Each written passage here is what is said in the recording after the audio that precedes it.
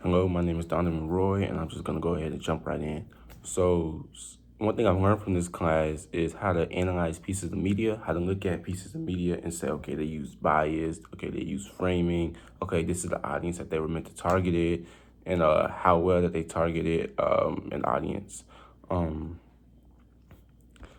an assignment that challenged me the most, for sure, I would have to say the media critique blog, because it really made me look at a piece of media, which I chose a movie, Captain America Civil War. It really made me look at that movie and have to critique things that I've never looked at it before. Mind you, I've seen that movie 100 times.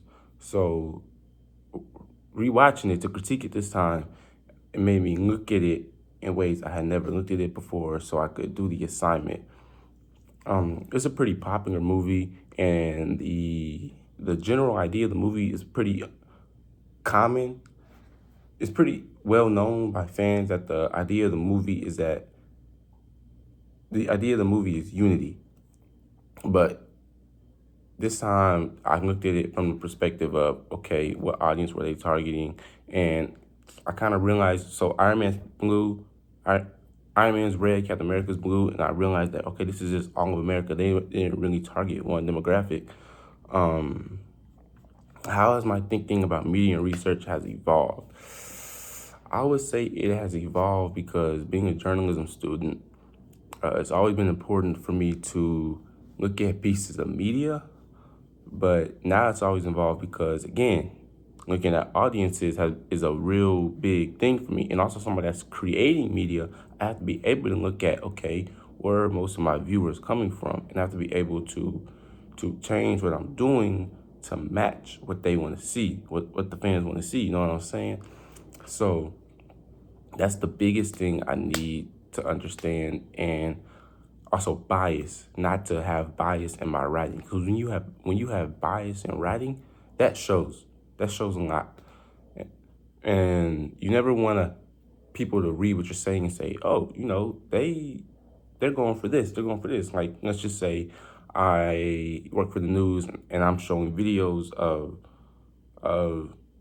people running for president. If I show a Democrat more than I show a Republican, people are going to say, oh, he's biased towards the Democrats.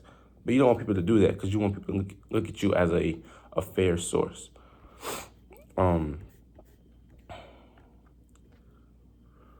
My understanding of an audience analysis changed because, I always pretty much understood what an audience analysis was. Hey, you're looking at your audience saying, okay, who's reading what? How often are they coming to visit it? What do they want to see? But the only way I really say it's changed is realizing just how imperative it is to people that are creating media. Yeah, I always knew what it was, but now I just understand how imperative it is.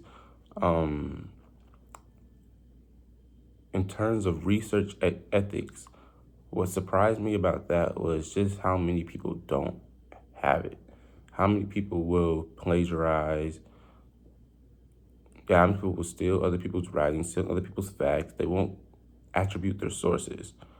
That's the only thing that really surprised me about research ethics. A concept that feels the most valuable to me, I would say two. I would say research ethics and audience analysis, because having research ethics is very important because, again, if you don't attribute your sources, people can always come back to you and they can sue you. They say you're not a reliable source. And again, I've said this multiple times, but audience analysis is extremely important because it, again, lets you know what demographic is mainly, a fan of your media, your writing, things like that. I'm pretty sure, yeah, I already said the most challenging assignment was the media critique blog because it really challenged my thinking, my critical thinking, my ability to break down a message of a piece of media.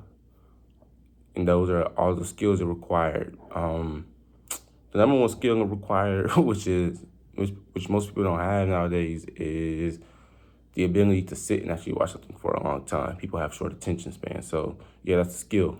Having a long attention span, that's what it required. How did I overcome this difficulty?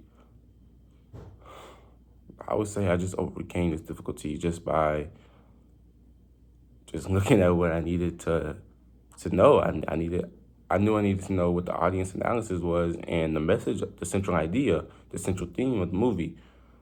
What I learned most from the challenge was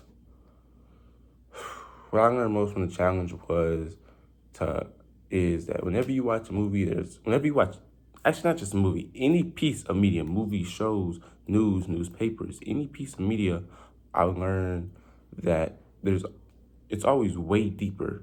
It's not surface level. There's always something between the lines. And yeah, that is everything I had to say for the midterm notes. Thank you.